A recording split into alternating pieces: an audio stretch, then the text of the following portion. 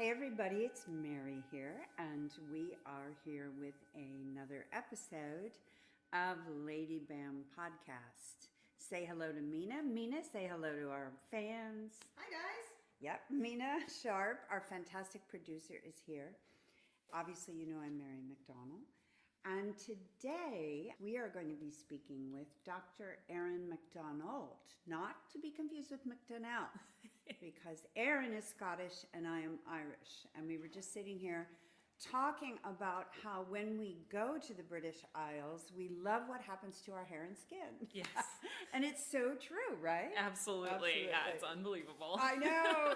It's like your roots actually mean something. You know what, my DNA is suitable to this climate or that climate. I love the biology of all of that. Exactly. I just belong here naturally. I know. Yep. And so where do we live? We live in LA, of course, right? Let me tell you a little bit about Dr. Macdonald. She is an astrophysicist, a science fiction consultant, aerospace engineer, and host of the online series Dr. Erin Explains the Universe. That's so great. Her specialty is in general relativity, having worked previously searching for gravitational waves in the LIGO scientific collaboration. She has since found her home in science fiction, consulting with writers, teaching STEM through popular culture, and fulfilling her life goal of becoming a warp drive expert. Welcome, Erin. Thank you. Thank you so much for having me. This is really a pleasure. Oh, it's exciting to me. But before we go any further, I'm so sorry, but you have got to explain to me what an ambition to be a warp drive expert actually means. What does that mean in terms, I kind of understand a little bit about what it means scientifically, but you are this beautiful redhead tattooed woman sitting before me, and that is an ambition to become an expert in warp drive. So tell me in like lay terms, what does that feel like and what does it mean? Yeah, absolutely. It's been kind of a journey to where I've ended up, that I started doing my PhD. I always wanted to be a scientist and was, inspired by various fictional characters. But really, I always loved science fiction and the arts, and that has always held a great part of my personality. And warp drives are a big part of science fiction, right. And Star Trek going to warp 10 or whatever. Right. And as I've gone through this and started doing consulting and started trying to blend that world of art and science, and how science can inform science fiction and how science fiction can inform science. This idea of warp drive technology is sort of that ultimate goal, to be able to travel to other worlds. Yes. And when I've been able to use that as a foundation, especially specifically with my background, as you mentioned, in general relativity, traveling faster than light is a science fiction concept of that science. And so when I was speaking at a science fiction convention and they were introducing the guests, and they said, "And our resident warp drive expert, Erin Macdonald," and I just thought to myself, well, I've made it. You did it. That's all I wanted. God. Isn't that lovely? Yeah. And when you were a little girl and you started to lean into science, I mean, did you feel that around you, the environment around you was totally supportive of your ambitions or your dreams, your hopes and dreams? Well, I think in my household, they were. My dad is a scientist. My mom is a librarian and a writer. But they liked that idea that their daughter wanted to be a scientist. And whether I was a boy or a girl, that was a cool thing for them to have. But in terms of external to the household, it wasn't easy. No. I was that kid who raised their hand and got told to stop raising your hand because you're asking too many questions. And so just stamping down that natural curiosity. And you do get people, science wasn't natural to me. Math wasn't natural. Well, that's what I wanted to hear. That's what I want to know about it. I'm so curious about it because so you were the kid that asked too many questions, so they told you to stop. I was the young girl, many years before you, mind you. So the environment's a little bit different. I was the one who didn't understand how my own brain worked yet, because my brain is not a linear leaning brain, and school was not easy for me, so I didn't ask questions. So I was the one that got called on because she hadn't. Right. So it's a very different experience. So I know all about that one, right? Yeah. But I want to know about your experience as a young girl, to be told not to ask any more questions or stop asking. What did that feel like to you? It's that worst feeling. And the thing is, I was maybe in 3rd grade, and I remember the teacher. I remember the moment.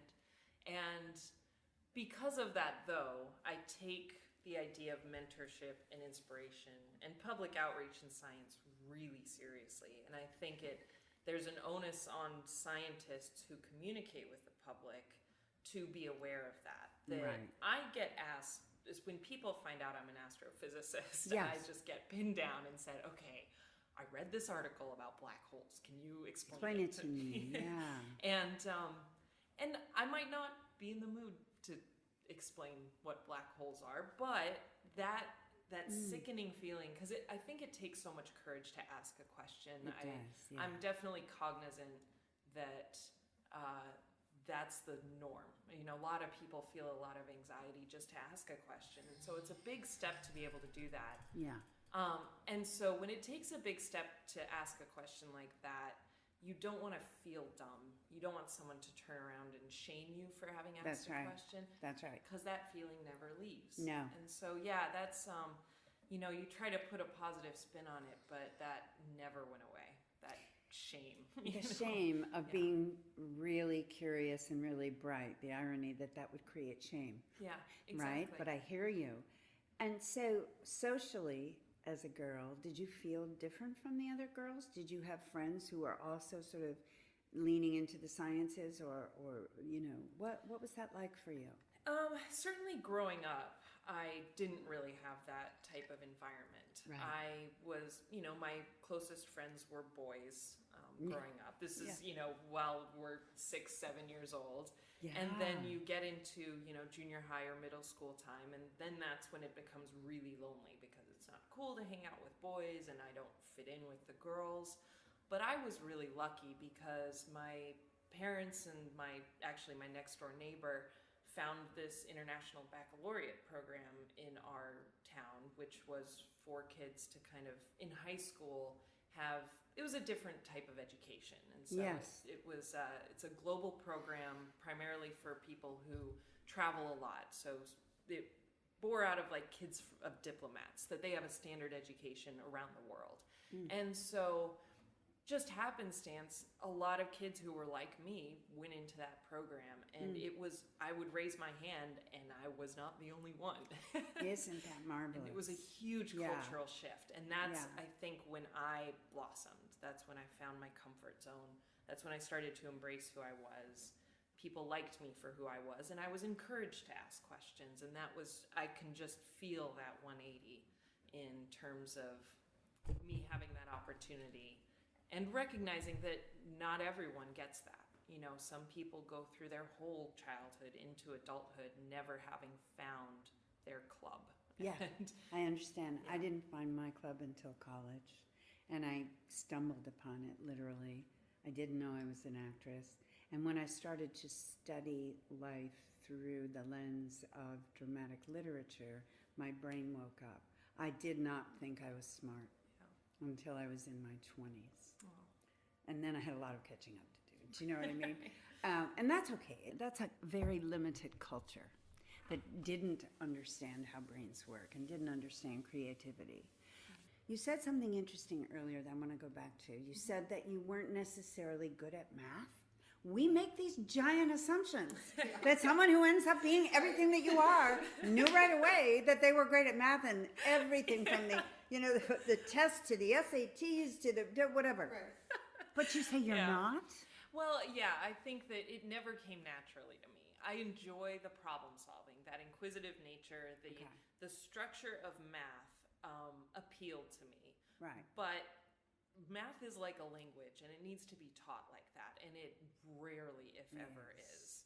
And so I liked the idea that all of my math problems were puzzles, and I had to figure out these puzzles, but they were hard puzzles. And so I never really clicked with it. I kind of went through all of my math because I knew I wanted to be a scientist. And so I knew You had to do it. I had to do it. And Wow. I just had to plow through. And it actually wasn't until I think my second year in college where it clicked. Yeah. And learning that language, it was like I had just had a fluent conversation with someone in a different language Yeah. with math, and I loved it. And I just thought, this Wow, is isn't that brilliant. interesting? And math is amazing. And I wish people knew how cool it is, because it wasn't until I was in my 20s that I saw how beautiful it could be. Wow. So, yeah, but it really comes down to how it's taught. You know, it's frequently taught by people who just naturally get it, and they don't know how to teach it like That's a second right. language. That's So, right. I think I've seen that a lot. I've seen math tutors having raised children who, different sort of degrees of comfort with math or not. But I've seen, and I worked as a volunteer in an after-school program, and really watched, young men and women struggle with math. And this was high school level. yeah. And realized that some of the teachers who were there, now the irony of me helping them out was like ridiculous, and I didn't tell any of them that because by now in my life, I am kind of interested in math. So, Right. but I didn't tell them I was worse than they were in high school. But I noticed that the teachers, or the people that were there that were actually the experts in math, were very, it felt to me like some of them were ill-equipped to communicate. Yeah. Yeah. And I was surprised by that, because I made assumptions at this point in my life that culturally we had come far enough to understand that math, as you say, is a language. It's a beautiful, interesting, magical kind of world to enter. Yeah. But no, not yet. No, it really, and it's true. I think just because you're good at anything doesn't mean you can teach it. Yeah. or That's right. communicate it. Finding that common ground to communicate with someone is hard. And that's why I love what I do with teaching science, because I think as someone that it didn't come naturally to me, I remember those epiphanies, and I remember Yes. what was missing in my education that I wish someone had explained it to me, especially things like astronomy and physics. Don't need math to be able to explain. It helps, Yeah. but it's not necessary. But the people who are teaching it, that's their default. They only Yeah, I get understand it in the math. Yeah. So, it becomes an art, and it becomes this, it's more communication than it is teaching, Right. which, is easy for some and not for others. Not for others, yeah. So tell me about your work with STEM. Yeah, I mean, for me, I didn't have mentors in the STEM field. I didn't have women who kind of had a similar background to me, who helped me figure out what I wanted to do in my career. Mm-hmm. And so STEM being, science, technology, and engineering and mathematics, we try to engage people and be a representative of a field where Mm-hmm. people can look at me and think, oh, maybe I could do that. Yeah. So that's STEM outreach, really, and it's in its most fundamental form. And I love it because I'll go into schools and they hear that Dr. McDonald is coming to explain astrophysics, and 3/4 of the room is shut off at that point. Yeah. They're And they not also probably interested. expect this white guy with a beard. Yeah, exactly. Do you know what I mean? Like this middle-aged man with a beard and like really thick glasses. Yeah. I mean, seriously, still. Oh, Although absolutely. I think maybe a little bit kids' expectations have changed, but Barely, but not much. Really? The default, That's and especially interesting. with the pronoun doctor, is not gendered, and so they definitely default to men. And Yep. Like you said, middle-aged, probably white guys. Yeah. And when a young, redheaded, heavily tattooed woman walks Yeah. in, the neurons start to refire. that's the best. I Yeah. just absolutely It's adore awesome. that. It's awesome, and you see the little kid in the back with the punk t-shirts. And Just they're go. Yeah. Oh, Oh, Erin. she looks like me. That's And a beautiful thing. so I love it. That's really great. I mean, it's so fascinating to me. I was thinking about this, looking at Nancy Pelosi, who we're all like obsessed with right now. Yes. Go Nancy, right?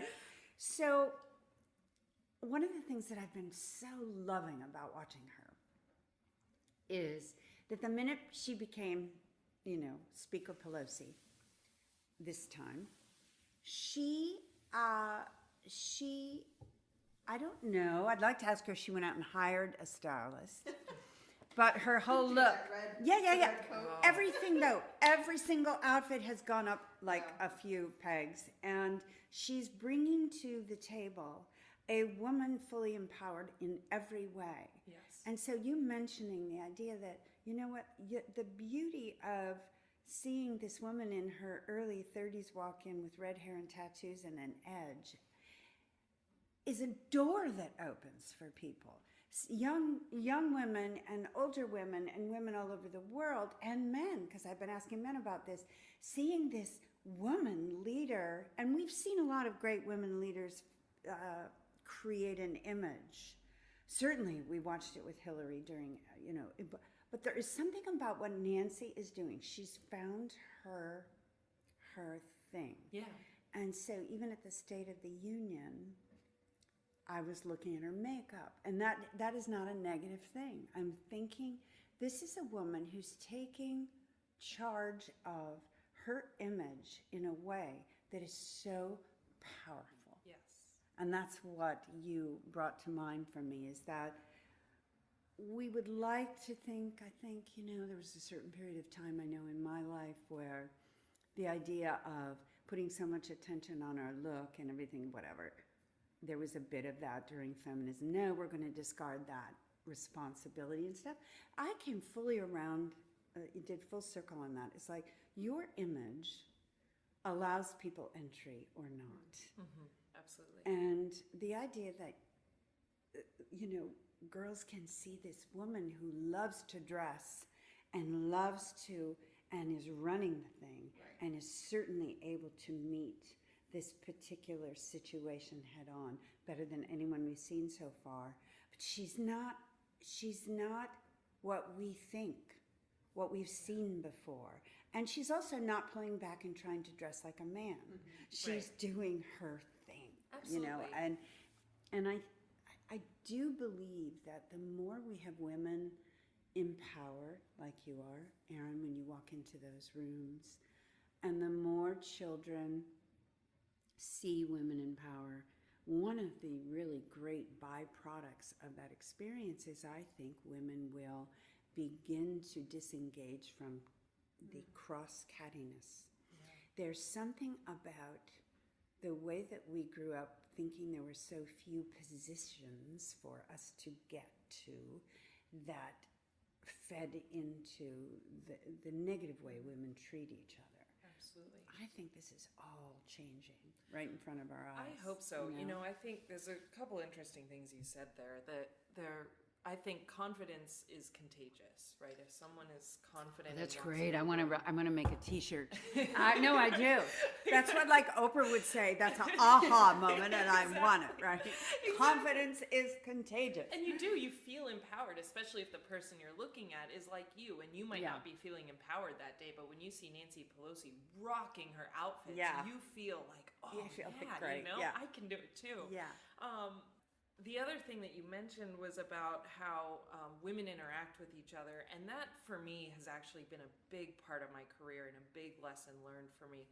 Tell me about that. Yeah, some of the worst experiences I had as a woman professionally in my field have been from older women, scientists.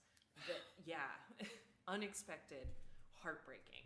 Let's talk about this. It's just been the worst as an adult, and going through graduate school, undergraduate, graduate school, and then professionally, just being publicly called out in meetings, being humiliated, just straight up shamed, to say, you don't know what you're talking about, you don't belong here, what do you think you're doing here, type, in front of my peers and superiors. Okay, let's break this down bit by bit. So, for example, if you're in that room and you get called out like that and shamed, unfairly and unnecessarily, well, there's never any reason for shame. Right.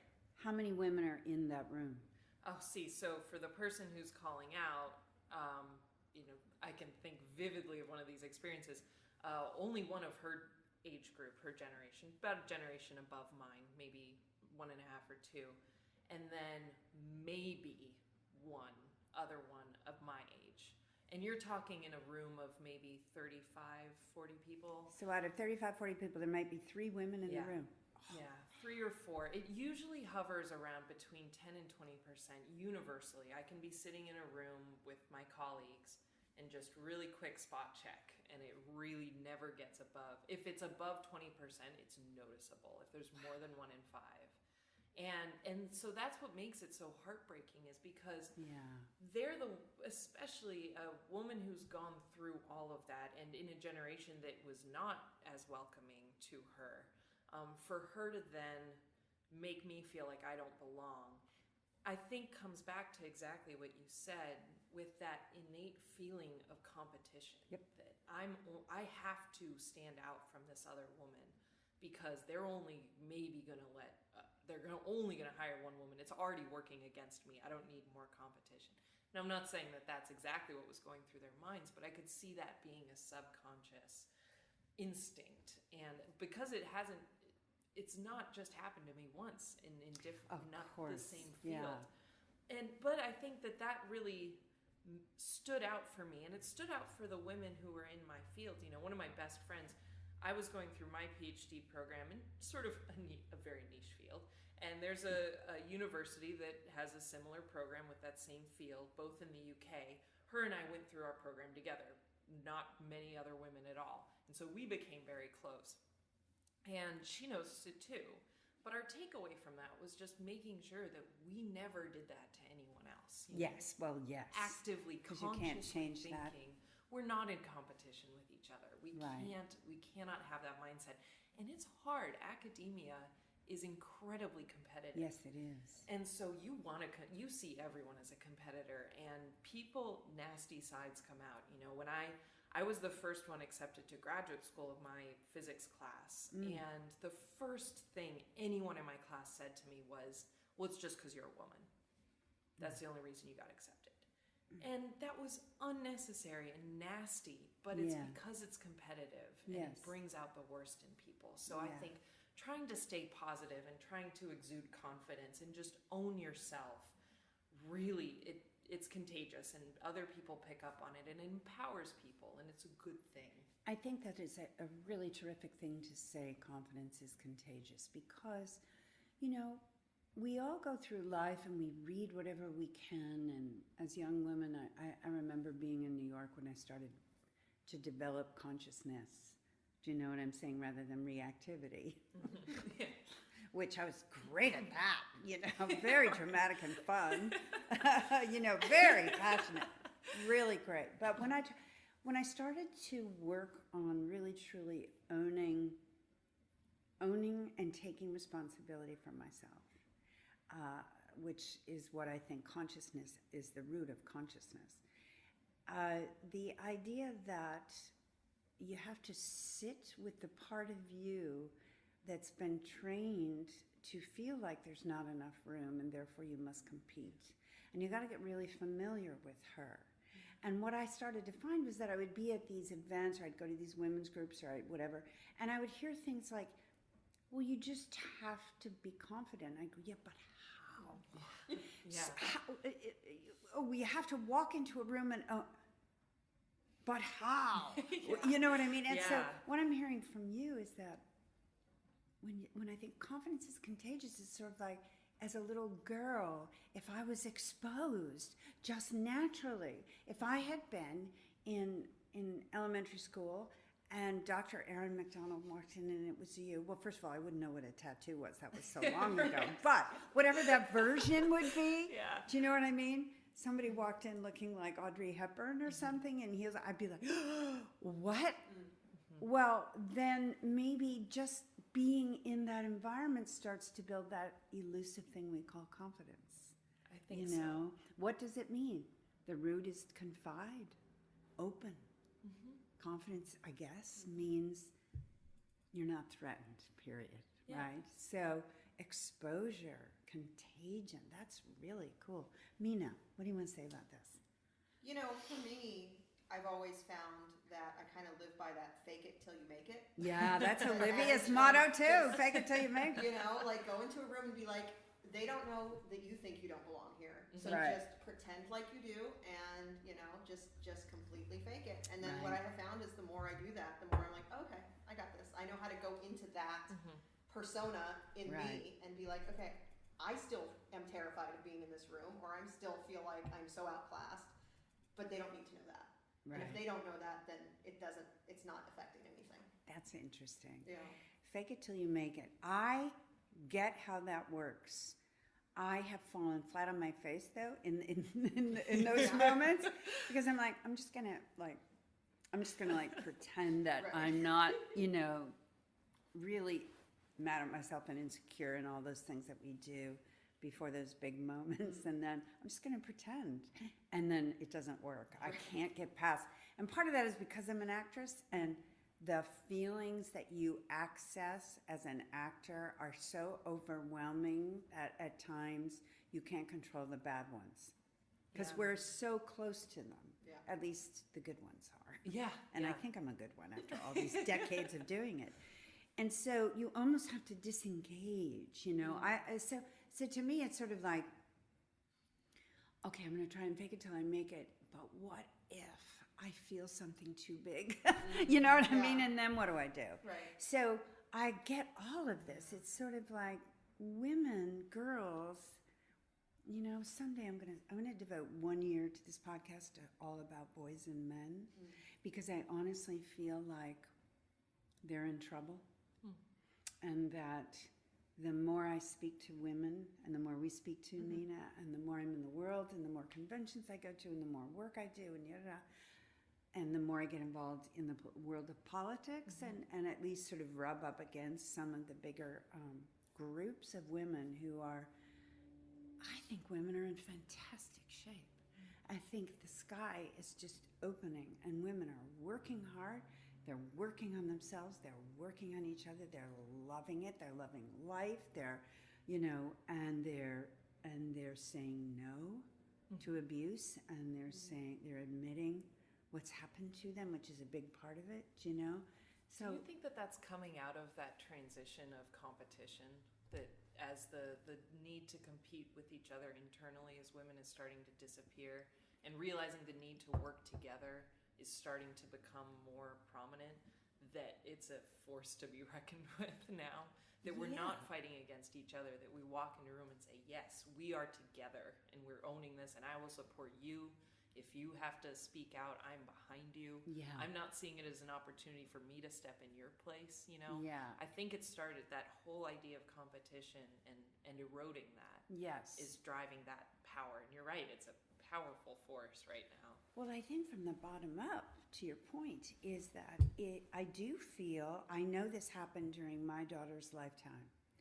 I saw her enter school in preschool, and she fortunately got to go to a really good preschool where everyone was empowered, right? But what I saw was that and she's in her early 30s, we're all in the same group here except for me, is that the teachers making sure the girls raise their hand as much as the boys. That started during that time, during the 80s, early 90s. I saw that everywhere I went in a lot of schools. And I think that naturally then starts to change the way that a woman comes of age.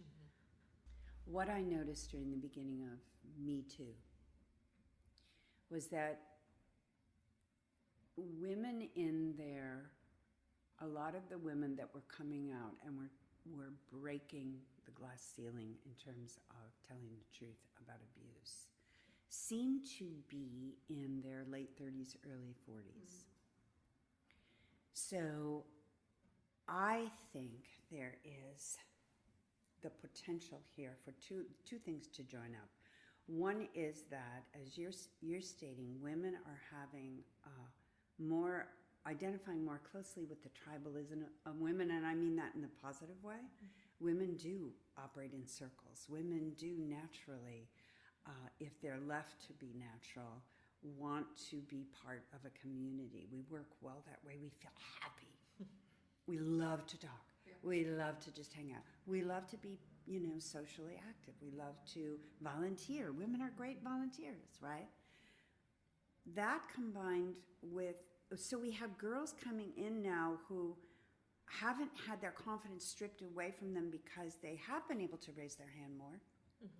And they have been able to do sports. Sports are a big part of it, in my opinion. And so they're receiving information that's a little bit ahead of them, that the women ahead of them got very abused and stayed silent about it. And then we go to women of my generation, we haven't even heard half the stories. They haven't even begun to emerge because, well, you get to be a certain age and you go, why do I want to stir that pot? But I think it's a combination of forces that are coming together that are empowering women in a way that is so vital and so nourishing. And I think men and boys are panicked because they're not being nourished in the same way.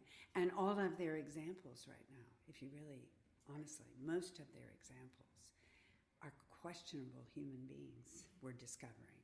Yeah. Like what is happening right now in the state of Virginia is so extraordinary. The 3 top government officials in a state that went blue have revealed or been revealed to have very questionable pasts. Right. And how these men deal with it is really the most important part right now. I just really want to say this. So the Attorney General of Virginia, he offered the information. He owned it. He said, I will let the people of Virginia decide whether or not I can continue. Right. I get how shameful this is. The most important thing to me is the reparation, the beginning of healing. That's the kind of guy I don't want to kick out of government, although we probably have to. But what would happen if we started to own these pasts, the heinous idea, but own the truth of culturally, it didn't seem like a big deal. It couldn't be more wrong. But the truth is, this very responsible man is saying, I was in an environment that couldn't have been more wrong. I was vulnerable to it. I did a shameful thing. I know I'm offering this information to you. You decide for me if you can live with that, and I will do whatever. But in the meantime, I'm going to start a reconciliation as opposed to the governor. Yeah. Right? And then we have the assistant governor with a sexual harassment or rape, basically, charge. So it's like, what? How do okay, so go back to boys. All right, let's just talk about the boys in Virginia. Well, Right. So I think it goes to, because you mentioned that idea of shame, right? Which we talked about at the beginning with me raising my hand. Right. And how you're allowed to respond to feeling shame. Right. And I think the instinct with a lot of the men I know, and the good men in my life, they reflect on how they've behaved in the past. Yes. And on a spectrum of good to bad, 18-year-olds make real dumb decisions. Yeah. And guys now can be looking back and feeling deep, deep shame for how they behaved. Yes. And they can choose to lash out and be defensive and be angry about the fact that they feel the world is turning against them now, that they're not allowed to be themselves, or they can own it. Or they can own it. And I think having the confidence and the ownership in knowing who you are to say, I'm comfortable saying, this is who I am now, this is who I was then. I do not like who that person was, but that was still me, and I'm owning it. Yeah. And let me do what I can to make it better. I think the more people we get like that who are standing up, I think that can start to change the culture, because right now it's such a backlash. And I see this in work environments that are heavily male dominated. Yes. The joking now has gone from being, making what's crass that like jokes. now? It's It's gone not from, good, right? Well, yeah, no, but it wasn't good before either. Yeah, I know, but it was a different kind of not good. It was Tell us different. about the different not goods. Yeah, so before it was making crass jokes, making maybe not overt sexual innuendo or anything like that, but just making comments where where they'll preface it with, I think I'm safe saying this in this room, and or commenting on a person's looks, or commenting on a person, that a female colleague may, be attractive or not, or what, they would do to be alone with her. Really inappropriate things. Mm-hmm. It's shifted now to, well, I shouldn't say this, but then they still say it. And the only reason I'm hearing it may just be because they're comfortable enough with me that they feel that they can say that, and I don't think that that's okay. So I now have to be empowered to make them feel shame, which is hard because they're my colleagues, and I have to work with them every day. Yeah. And they're already on the defensive and angry. That's right. And so That's right. it's a cultural thing, and I have to pick and choose my battles. And that's one of the hardest things with being in this position, is just, you see this stuff, we're feeling more empowered to speak out on it. Yeah. But in the day to day, you still have to choose when you're standing up for people, when you can't. Mm-hmm. And it really is on the men in the room Yes. to step in as well. It can't be the women or the minorities to stand up and say, hey, I'm calling you out for what you've done to my people. Yeah. It has to be the people in the room who say, hey, you shouldn't say that. Regardless if a woman's in the room or not, Yeah. you shouldn't say that. Well, So, here's the question I have then, for both of you, is that what would empowerment look like now for men? Because they, classically, what male power has represented is that very paradigm that's crumbling at the moment, because it's been so destructive and not rooted. So empowerment for boys and men now seems to be, to me, the path to empowerment. I thought what the Attorney General of Virginia did was incredibly empowering and powerful. However, the nuance of it is not being spoken about, because we're so mad at all of it and so horrified by all of it. It's like, doesn't matter. You were a racist once, you got to get out. Right. And I get that. But how are men going to get the message that the truth is the empowerment if we don't even listen to the truth? You know what I'm saying? Like, how do we shift this so that they can begin to change? I think part of the problem is we're so addicted to the quick fix. So Right. something happens, you get, a public figure, something comes out, okay, 3-4 days, he's out, next one comes in, and we never talk about it again. Yeah. And that it solves that problem, and it makes the problem go away, Yeah.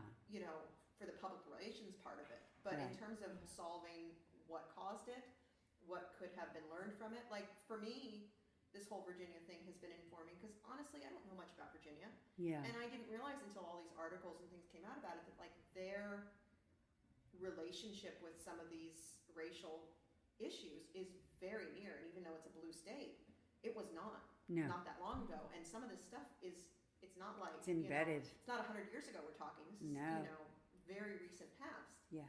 And so I think, as you said, having more of the conversation around it instead of just like, let's fix it and move on, to solve the problem, has to become part of it has to become teachable moments in this, instead of just like throwing that guy away and we're not going to hear about him in public service anymore. Yeah. Because he's not really learning. He's just learned that he should have hit it better. And anyone else, all these young men are like, well, if I do something stupid, just don't put that on social media because I don't want it to be found in, 30 years. Yeah. And so there has to be a way to turn it into a conversation, but I think it goes back to talking about the teachers. and talking about how teachers have to be the ones to bring these conversations around. Yes. Because, you know, if you're in a place where that is prevalent, maybe the parents of the children aren't going to be able to talk about that, but the teachers could find a way to bring it up. So I think it culturally goes back so far Yeah. that it's not something that's easily fixed in 1 or 2 steps, but it has to, kind of like with women, every generation gets a little closer to it. I think with the men, it's going to have to go back to the next generation. So maybe these women who are now in their 30s now, who have experienced this more awakening themselves, they are hopefully now the teachers of the young men for the next generation. That's and then the next generation of men, hopefully. Well, it's almost like being willing to redefine what it means to be a hero, you know? It is heroic to own your past. Yeah. It is heroic to tell the truth. Yeah. The problem is if then that's all we ever hear from him again. Right. To your point, this man tells the truth, they kick him out of office, and that's that. But what if this man tells the truth? He can't be in office. I understand.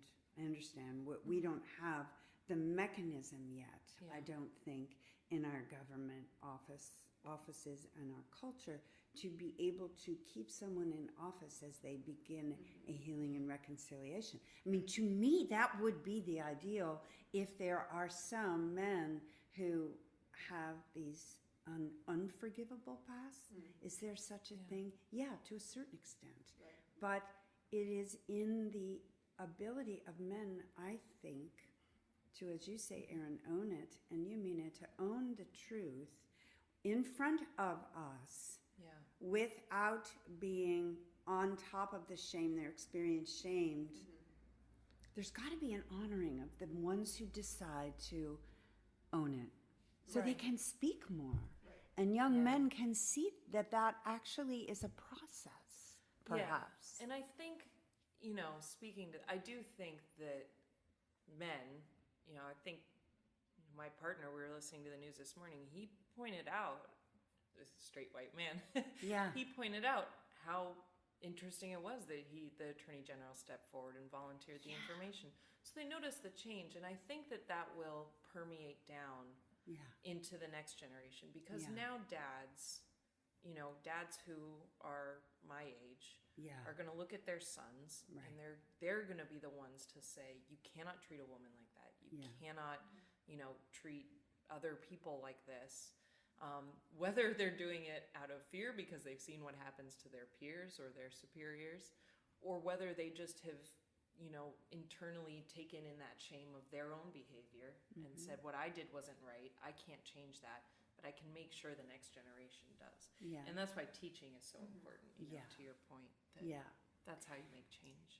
I wonder too if the idea of the experience of being a man isn't being so limited by the idea that you have to, you can't do that.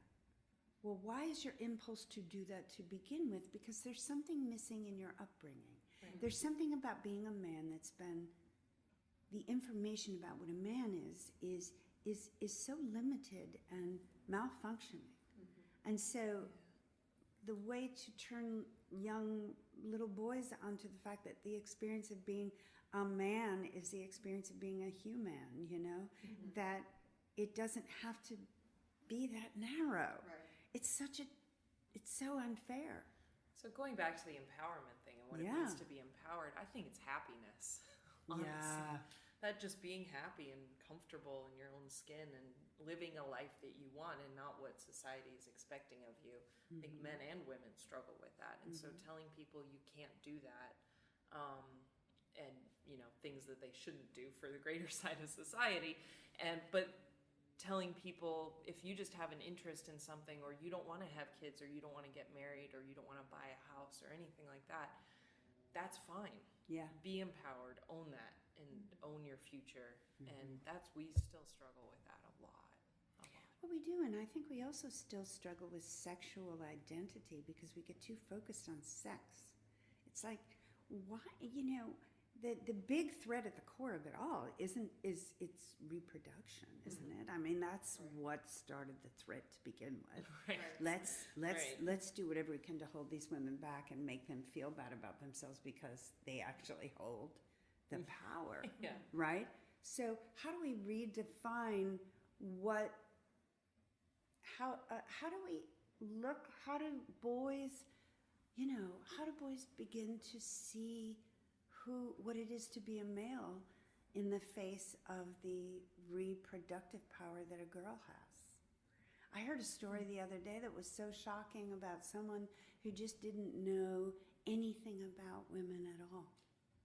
Nothing. Before they suddenly were having sex. You know what I mean?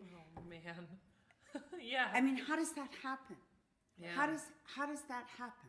It can't happen anymore. It's not fair to boys Yeah. Well, that they don't know anything. and I think we're seeing that, right? Because so many of these disgruntled young men Yeah. are finding out their disgruntledness is rooted in the fact that they don't know how to talk to women, Yes. or they can't get a date or whatever. And somewhere in their upbringing, they've been told that having a woman is a right and not something you work at, or Right. it's a voluntary thing for everyone involved, and they get mad because they don't get what they think they're entitled to. Right. And we just keep seeing that in our culture coming back through over and over again, Right. and that's terrifying. Yeah. Fundamentally, you're looking for partners. Right. You want a partnership, but society is Right. only just starting to figure that out. Yeah, that's right. Yeah. Where we are now. That's right. And, if you look at the institution of marriage, it was really about chattel at the beginning. You know what I mean? And dowries and, Yep. things like that. And it's sort of like, oh, geez, it's a good thing that wasn't happening when I met my husband. Because there wouldn't be a lot for us to give him. You know what I mean? In exchange for taking me away and taking care of me. Right. I mean, it was nothing. But that was not too long ago. Yeah. I have a really interesting moment with my own mom that I really cherish is when I was getting married, I was a little nervous about getting married. My mother-in-law would, if she were still with us, if she were here, which she would love to be here, would tell you that when I walked down the garden path, our wedding was in my sister's garden, which was so beautiful outdoors, and we came down this stone pathway. And I had chosen, I don't like bouquets that are like little things with a spray of whatever. So I had chosen these lilies on these vines, and it was all sort of like this. But because of that, the fact that I was absolutely terrified to get married became very evident. She said I looked like I was divining for water. Now imagine, what was that? I wasn't frightened of my husband. He was already a partner artistically. We come from families who are athletic. We had so much in common. You know what? It wasn't, I was frightened of some old ideas in my DNA that I was about to lose my autonomy and that I was actually a piece of luggage. You know what I mean?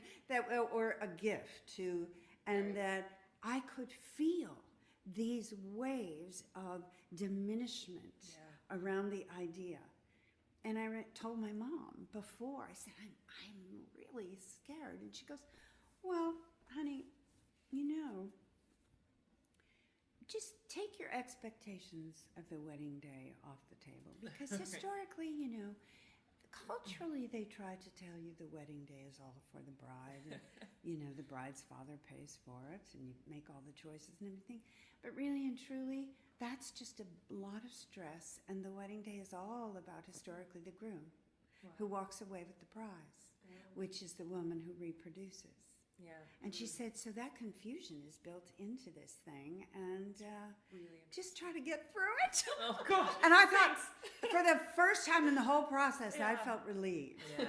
And it was so funny the way it just flew out of her. It wasn't, I don't think it was anything she'd ever even thought about before. Wow. And she said it so casually and so eloquently. You know what I mean? It was, we were both probably smoking cigarettes at the time. You know what I mean? It was sort of like, I mean, it gives new meaning to the idea of giving away the bride, right? Yeah.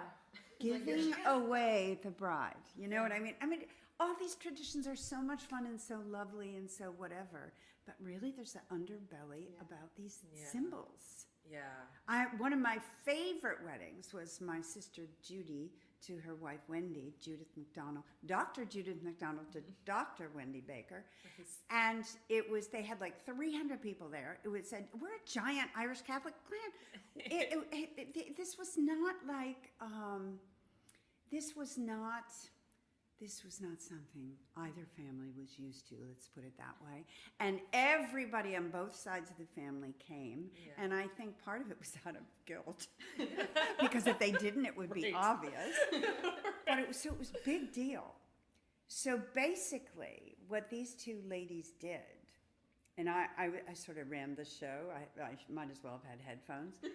We set it up. So they came around the back of this beautiful place, this church. It wasn't a church, but the event hall.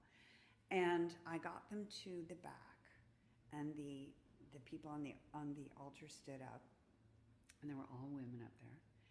And we all turned around, and there were these two women. I called them Snow White and Rose Red. My sister Judy, blonde, blue-eyed in all white, and Wendy, black hair, blue-eyed in all red, in these gorgeous, sexy, got chills. slinky gowns, bringing each other to their partnership. Yeah. It was extraordinary. Oh, I love it. And every single person in the room felt the paradigm shift. Yeah. Yeah. Now, mind you, when and if Olivia gets married, of course, she'll want her dad. There is a beauty in all of that. Yeah. But we should rethink everything, and we have to rethink things from a very young age so that little boys can grow up to have a broader sense of what it's going to be like to partner with a woman. Yeah. You know, I've gone through a lot of that sort of societal confrontation. One with my tattoos, two being a woman in science. Yeah. But I got married when I was 25, right after my you PhD, and through a lot of that, the empowering thing for me with getting married was I always liked the idea. I'm not religious, but I liked the idea that you find a partner that you want to go through life with, that you just who is not of your family, your natural family, that you just meet someone and you go, you know what, we're going to stick through this together. Yeah. And I liked that idea. But it allowed me to pick and choose those traditions that I felt I was comfortable with and the ones that I didn't like. So, for example, my now ex-husband and I walked down the aisle together. You know, that was a nice thing that we changed that made me feel more comfortable. But then the spoiler alert to that is that I am now no longer married. And, you know, I left my husband in 2017 and it just wasn't working, and I wasn't feeling like I was treated how I felt like I should. You know, 2016 I think was a wake-up call for a lot of women of how they should be treated, and allowed some of us who had the means to stand up for what changes we wanted to see. And so for me, that included leaving my husband and getting out of a really nasty situation and taking control back of my life.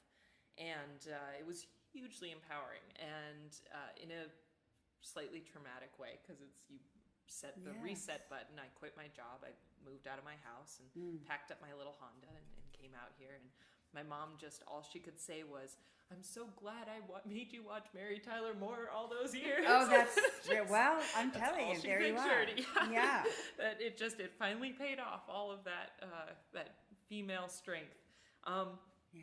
But you know, we have so many social expectations, and then now having met someone after that, trying to rethink how I feel about marriage and how I feel about lifelong commitments, and being on that, and he's in the same position, being in round 2, you know, Right, and what that means to us and to society, and it's hard. Humanity's put a lot of expectations on ourselves. It's very true.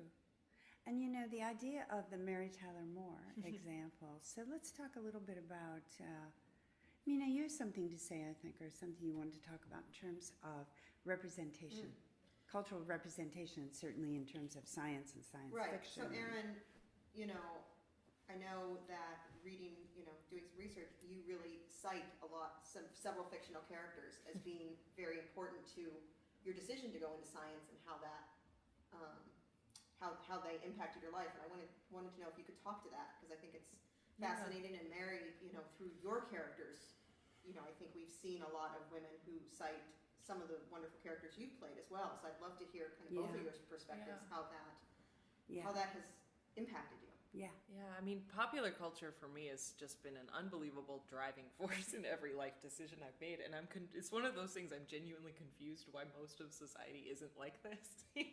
That I look back on all of the major decisions I've made and how they've been motivated by fiction, Yeah. and it puzzles me that that's not normal, or that at least people don't share it as openly as I do. But yeah, so for me growing up, late 80s, early 90s, an incredibly popular show called The X-Files featured a redheaded woman who fought aliens with science, and as a redheaded girl who thought science was cool, that was all I wanted in life, was to become Dana Scully. That was all I wanted. I get that. Desperately, just desperately. I saw this woman every day or every week that I would do anything I could to become her. And to the extent of wearing ill-fitting haircuts and ill-fitting pantsuits at way too young an age, but, that I desperately, desperately wanted to be her. And part of that is I found out watching the show, she did her undergraduate in physics, and, I looked up kind of astrophysics, and because of that, I thought astrophysics sounded cool. Dana Scully studied astrophysics, therefore, if I want to become her, I have to study astrophysics. And that was a bug in my, child brain that never disappeared. That's amazing. It's really wonderful. Thanks. It's just, it's crazy. And I clung to that. And you can be beautiful.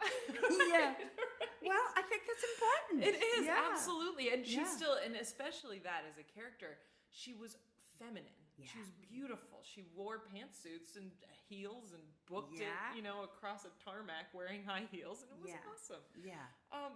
And going on to then being exposed to Star Trek and being exposed to other strong women, I would credit Rosalind in Battlestar Galactica with that as well. Thank you. Seeing strong women own their femininity Yeah. and still be inquisitive, for me, especially in leadership roles, is huge. And so when I have been faced with adversity and struggles and have wanted to give up, I default back to the popular culture and those inspirations, because I think the interesting thing with storytelling, and you touched on this a little bit too with being an actress, that you are conveying emotion to people, that confidence or that trauma or whatever, your character is going through you.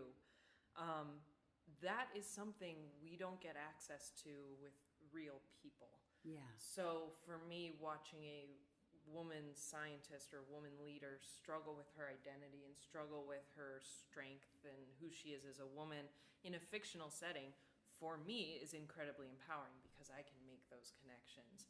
Yeah. And that's one thing that's always drawn me back to the arts. And when I went through graduate school, that was when I kind of went back to my roots of getting back into Star Trek and the X-Files. But I was also going through a really bad breakup, and I went to visit a friend in New York, and we went to go see Alan Rickman perform in John Gabriel Borkman in Brooklyn. And there was a scene in there with Lindsay Duncan and Alan Rickman, and she is tearing into him. Her character is just saying all the things in a nasty breakup that I wanted to say, and I didn't even have the words to say it, and I broke down. And that was a huge moment for me, realizing how important the fictional world is to me, how important storytelling is. And I went back and I signed up for acting classes, just because I think it's so That's important. wonderful. Yeah. So I just think, the power of science fiction and popular culture to embed themselves in people's lives can be life-changing. And I don't know what experiences you've had with people. Certainly one of the most beautiful and awkward experiences of my life was meeting Kate Mulgrew. And I dedicated my PhD thesis to Captain Janeway. Oh, that's wonderful. And I really wanted at least her to sign it. I just, I'd kind of come full circle, and I was guests at conventions now, and I've been doing this for a long time, but I was like, I'm going to stand in line, I'm going to get my thesis signed. And she didn't know what was coming. She didn't know who I was. And you could see it was a big moment for me. And it was a big moment for her that she wasn't expecting, and that's what made it beautiful and awkward, and I still feel bad about throwing that on her. No, not But at all. I'm sure she was beautiful, and she was Yes. gracious, and Yeah. I think, I can't even imagine what that would be like for people to come up to you and have played a significant role. A character that you've played and obviously connect with fundamentally, but then through your portrayal of a character to touch people, I just think must be amazing. It is an amazing, truly amazing experience. Mina has been through most of it right by my side, at Sure. conventions, etc. Conventions are a really interesting aspect of understanding. I think you understand way more about what being an actor truly is if you have the guts to do conventions. That is really how I feel. Absolutely. I love them, and I think that, and there's a cliche around them, whatever, and all that. But I'm often asked, why do you love that? And the reason I do love it is to your point, is that I've learned so much about the symbolism of choosing to play one role or another, about the impact, about the direct connection. If you offer something that's inside of your emotional mechanism, the more elegant or the more, what's the word? I'm not sure it's elegant or more articulate, but it really is, if you're doing the right work, you're offering a little bit of your soul in the work. And you don't think about that until you see someone who it's touched that deeply, who the work that you've done through this character that, thank God, was written for you to do, because you can't do it without the writing, has touched someone in a place that's so personal it changed their path. And there isn't anything I've ever experienced that's quite like that. Because this isn't something you do. It's not me. I'm fortunate enough to be able to translate my life into a woman who's fictional in a way that I can use my real stuff that allows a human being's real stuff to be touched. Mm-hmm. And I'm in service to that. And so then if I go to conventions, I find out about it. If I don't go to conventions, I just think I'm hot shit. Do you know what? I really mean that. And I don't mean that all actors think they're hot shit, but you can't help but think you're something because you succeed and people tell you they like you. But if you go to a convention, you get to see how much bigger than you it is. It's so much bigger than you. Yeah. But if you're doing the work the right way, the bigger stuff comes through, and then you get to see the result. It's an honor. That's awesome. And I've changed how I think about what it is to be an actor. Wow. Since I started going to cons. It's a very different, I'm emotional. Yeah. In terms of my role models or having someone, affect me that way. Yeah. I really get the Mary Tyler Moore and all the just watching these great characters on television is really important to me. I didn't aspire to be a movie star.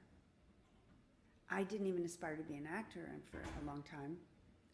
So I didn't have people that it sort of helped me figure out how I would proceed. I want to be that. I don't really remember having that. This is where I am, though, at this point in my life, which is so fascinating. Okay, so when you get to be my age, who do you look to? I'm not stopping. Yeah. So we all need people ahead of us that are feeding where we want to go. And so there's not a lot of fictional narratives out there. I mean, I love Glenn Close's performance in The Wife, but I don't want to be her. And P.S., she's not ahead of me. We're the same age or whatever. But, there's this, so where is it coming from? For me, it's coming from politics. just about to because say, yeah. there's Nancy Pelosi. Last night I had the great honor of meeting Madeleine Albright Oh my gosh. and listening to her speak. And I have to say, and I have had the privilege of sitting and listening to Hillary Clinton, like at the table next to hers, and listening to her go for 40, 45 minutes without one note card in front of her. And I've seen these things. These women are so deeply important to my ability to continue to project myself into the world. Yeah. Madeleine Albright was simply the most confident woman I've ever seen. Back to confidence. Yeah. The most confident woman I've ever seen. It was so easy. And she sat in a chair, and the information that woman stores in her brain is magnificent. And her ability to communicate is about as confident a woman as I, like I said, have seen. And her voice had a vocal quality that was about a 40-year-old's. There's a vibrancy in that whole mechanism that I sat there thinking, oh, good, I can keep going. Literally, that was my thought halfway through. I can keep going, which is part of what we're all looking for. It's a way to keep creating, right? So, but I take that back. Why have women in politics become so important to me? Well, yes, because that's where we are in the world, but because I just spent 10 years playing leaders and trying to find my way through that. Yeah. And I wasn't necessarily set up for that in my lifetime. So, but because I had to play them, I had to study them. And in studying them, it blossomed things in me that perhaps were dormant. Yeah. Do you know what I'm saying? Yeah. So the importance of pop culture and sci-fi, it's just extraordinary. It is, and it's representation, right? It's Yeah. seeing, because, you know, your eyes light up talking about Nancy Pelosi and her confidence, and that's obviously someone you connect with at a fundamental level that you either aspired to or inspired by. And, having, whether it is fictional or real, having representation of yourself in others is huge. That's everything. That's everything that it is. And for kids, especially children, to see themselves in people, no matter who they are, whether it's fictional, real, scientist, football, you know, anything. If they can see themselves in someone, that can change a life. Right. And I just think it's so powerful. Yeah. I'm really pleased to hear that you enjoy those conventions. I do. So that's where I got started doing. I got started doing all of this stuff at conventions because I went to Dragon Con, and they had they still have a hard science track where scientists come and speak on science. Yeah. And me being me.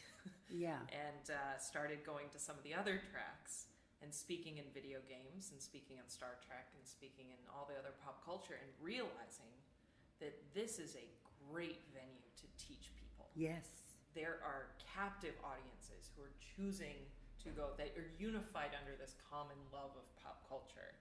And when I was a professor teaching about exoplanets, you know, planets around other stars. I was going to say, I'm sorry, what is an exoplanet? Did my teacher thing there, planets around other stars. Okay, planets around other stars. Okay. Yep, so we have our solar system, all of our planets are around our star, the sun. All those stars out there, we could have planets around them, and so that's what we call exoplanets. And we were talking about some of the attempts to discover those, and that we are finding planets, we're finding a lot of planets, thousands and thousands of them around other stars. And the students, you know, this is Astronomy 101. Most of them are taking it for a science credit, and they're not in the zone. And I mentioned that we had just discovered one that was a planet orbiting 2 stars, just like Tatooine and Luke Skywalker's homeworld. And the class perked up. Yes, that's right. There you are, right there. And we started talking about other planets in science fiction and what those planets would look like in reality, and what people from those planets would look like. And that was my very first exposure to the power of pop culture to connect people with science. And then so that's when I started taking it to these conventions. And the people running the conventions now, they see the power. They see the hundreds and hundreds and hundreds of people who line up to hear an astrophysics talk Yeah. because it says astrophysics and Star Trek. Yes, You know? exactly. And they walk away from it. Some people have been dragged there. Some people love Star Trek. Some people love astrophysics. But the feedback you get from it keeps you going. Yeah. That is just feeling like you've connected with people. For me, that's my wanting to be on the stage. That's where I get that power from, that connection with an audience. Yeah.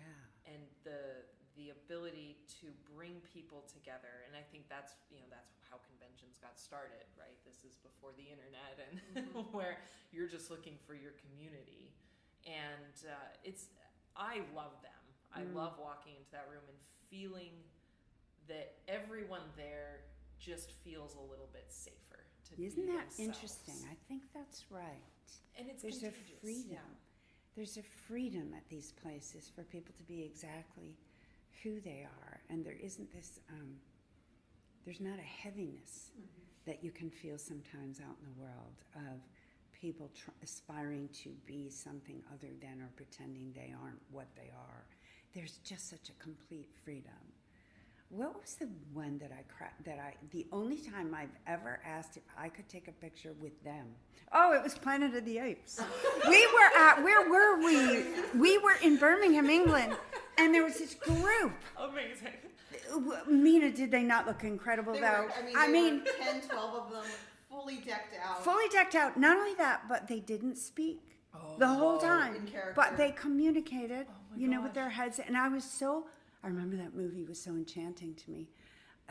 And I had to take a picture with them. I think I still haven't tweeted that picture. I'm going to have to do it. I'll do it when we do this, right? Okay.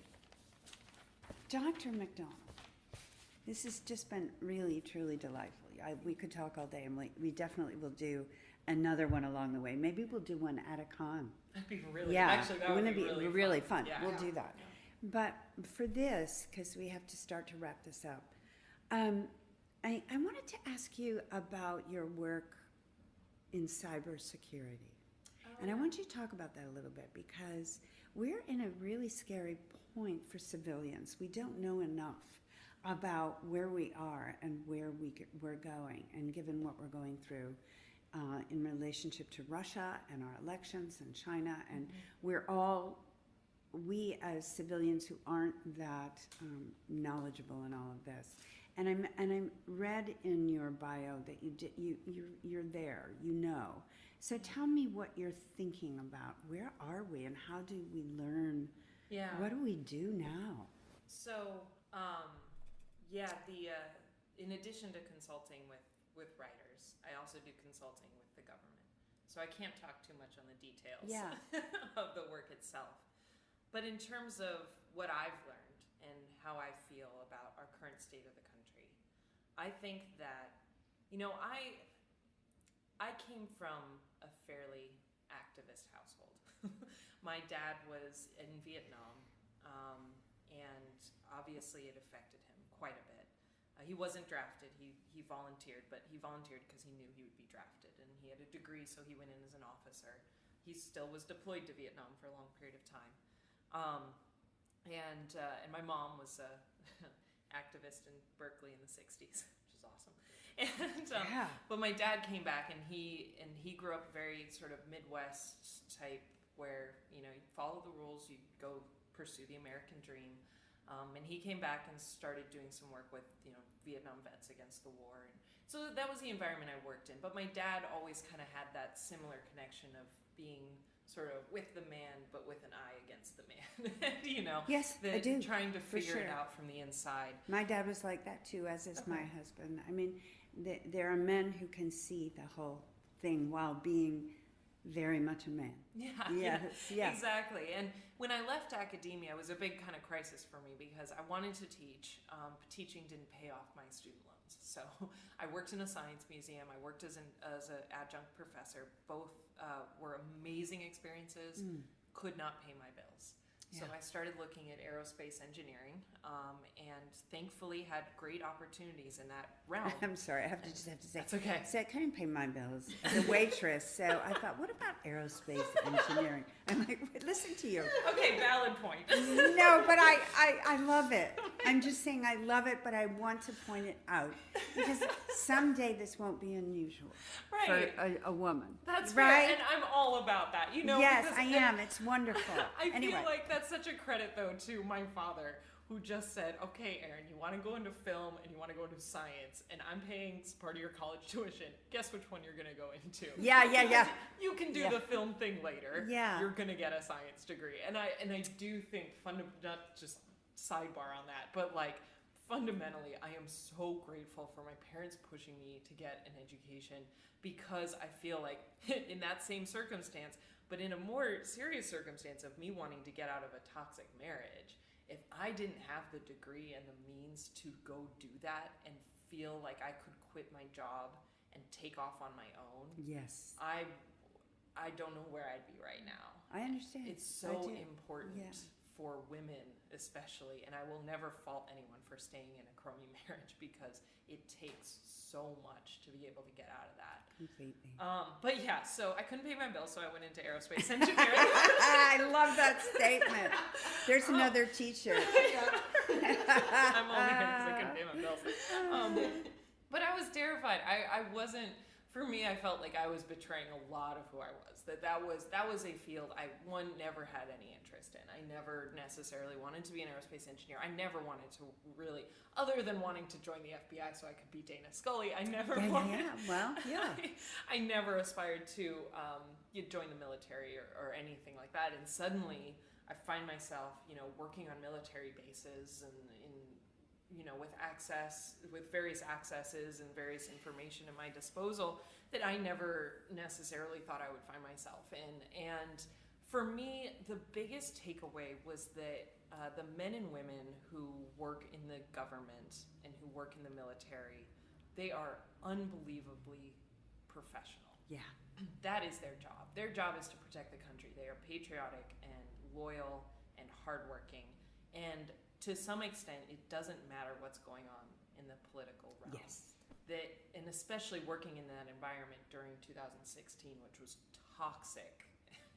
I think we've kind of forgotten how bad that was, to reflect back on that year and how awful it felt for a lot of people on a lot of sides. It just was a bad time for us in America. I would go to work and not deal with it. Even though I'm working in the government, You wouldn't. The conversations weren't about that. Yep, the conversation is about our job, and our job is to protect the country. And Right. so for me, that gave me a lot of faith. Yes. That I think I didn't have going into that. Yeah. That really, when it comes down to it, the people doing the day-to-day work are amazing individuals, and we're going to be okay. See, I think that's so fucking important because the more, and we do hear this occasionally, but the only time we hear this, I'm afraid, is on progressive talk radio or cable television, MSNBC, where experts come on and say, we're just doing our job, we're continuing despite whatever politics are going on. But the general population is not hearing that. And so the fear is growing, and so the other message has more power, which is fear. It's fear-mongering, and it pulls people to this place of fear because we don't know that these people are going to work every day and not paying attention and keeping our country safe. I mean, do we? Do you think people in America feel that they're going to be okay because despite what they're hearing at the top, people are going to work, like you said, and just doing? Yeah, and I think there's still reason to take what's going on politically seriously, in the sense that the fish does rot from the head. And so the longer you are operating in an environment where the leaders are, may not be the correct leaders to be in charge of a situation like this, the people underneath them understand and they're going to keep working, but then that's slowly going to permeate Yes, down. I understand. And so we need to make sure, I think we still need to be politically engaged and we still need Well, to take it seriously. To quote Madeleine Albright last night, and she was talking about our relationships around the world, she said, we can endure 2 more years of this, but we cannot endure 4 after that. She said, after that, we will have long-lasting consequences in terms of disengaging our relationships globally that definitely will not be repaired. And she said, I'm not going to say in my lifetime because that's not that long, but in nobody in this room during your lifetime will that be reparable. Yeah. So there is that. Yeah, I agree. But I we've think, got the clock is ticking. and I would I don't think that's a light statement. I think she Right. really does mean that, and Yeah. I would echo that. Yeah. Absolutely. Yeah, we're resilient to a point, Yeah, and but the fish rots from the head, and it Well, starts to go. And down. I think, because one of the first times I really became aware of these kind of career civil servants in the government is hearing about how the current administration keeps removing them. yes, Putting their Right. own in. Right. yeah, So we have had all these wonderful people who've been there through multiple administrations and are just doing the job, but it seems like we're losing them at an alarming rate. mhm, And what does that mean for 5-10 years from now, when those people are not there and the people brought in are maybe not being brought in for the right reasons? right, And how that's going to change things, I think in that way that Madeleine Albright's talking to, yeah, so it's not just changing the top, it's Right. everything has just come down and it's being changed at fundamental levels everywhere structurally. And I Right. think the shutdown is probably one of the best examples of that, because that was a Mhm. political ploy that very much affected working government employees to the extent that the visibility of it has made that job less appealing to people who would want to go into it. that's exactly right. And the more that happens, the That's more a damage perfect gets example done. of the Yeah. fish rotting from the head down. Yeah. Well, Erin, I have to ask you a question. It's Erin P. Macdonald? Yes. What's the P? For Patricia. I knew it! I said, well, she's Scottish. It's going to be Patricia. There's gonna be, yeah. It's gonna so be Patricia. My mother comes from those Irish Catholic Yeah. roots, so they had to put in that was the trait. The Erin Patricia's the Ireland and the Oh, that's a McDonald's the lovely Scotland. So name. thank That's you. a lovely, lovely name. It's been fantastic Thank you. talking with you, hasn't it, Mina? I Yes, mean, thanks so much. just absolutely wonderful. You're so smart, and you're so your ability to understand through your work where we are in the world as women, and this to me is very refreshing. I want to hear from women scientists. I need you. I need your perspective on where we are as women and where you are in science, and so we'll do more of this. It was delightful Good, thank you. and important, and yeah, we got another good one under our belt. Yeah. So Mina and I are traveling to where are we going? Florida, Pensacola. Pensacola, Florida. And I am going to moderate the Battlestar Galactica panel at Pensacola, and that will be a Lady Bam, we're hoping, podcast. So Yeah. that's what we have to look forward to. I don't know, will this one be on before then, I think perhaps? so. Yeah. I'm gonna try to So try it. good. Yeah. So, we'll So keep yeah, you so that should be posted. fun. That's towards the end of February in a couple Right. weeks. Yeah. It should be a lot of fun. Yeah. And I will be doing a Smithsonian panel. When is that? Or not a panel, but a talk That is in the end of Washington. April. End of April. At the Smithsonian Institute. Right. Very So, exciting in DC. so Lady Bam podcast usually has our schedule, doesn't it? So Yes. just keep looking because we're going to have a really active couple of months. Yeah, there's a lot of good things happening. We're very And we excited. have some plans for some other fun podcasts coming up. Yeah, so we do. Lots of We good got some stuff. stuff in our pocket. It's just a matter of always finding the time. And we know, listen, I want to say this because we were talking about this before to all of you.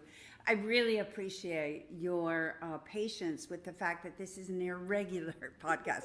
People say, okay, you can't do a podcast and not have it come at the same time every week, yada, yada. And I do understand that, except that that is not where I am in my life right now. So we're doing them when we can. And I try.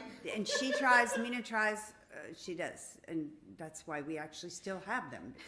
But I will say that if you can delight in the surprise element of it, we'll just keep going this way, and we'll give you plenty of time to know we're coming. Thank you again, Erin. Is there anything else you would like to say before you sign out? Because you've just been wonderful. No, thank you so much. This has been just a fantastic afternoon discussion. Like you said, we could probably keep going all We day. could, So yeah. Thank you again, and I look forward to crossing paths in the future. I do too.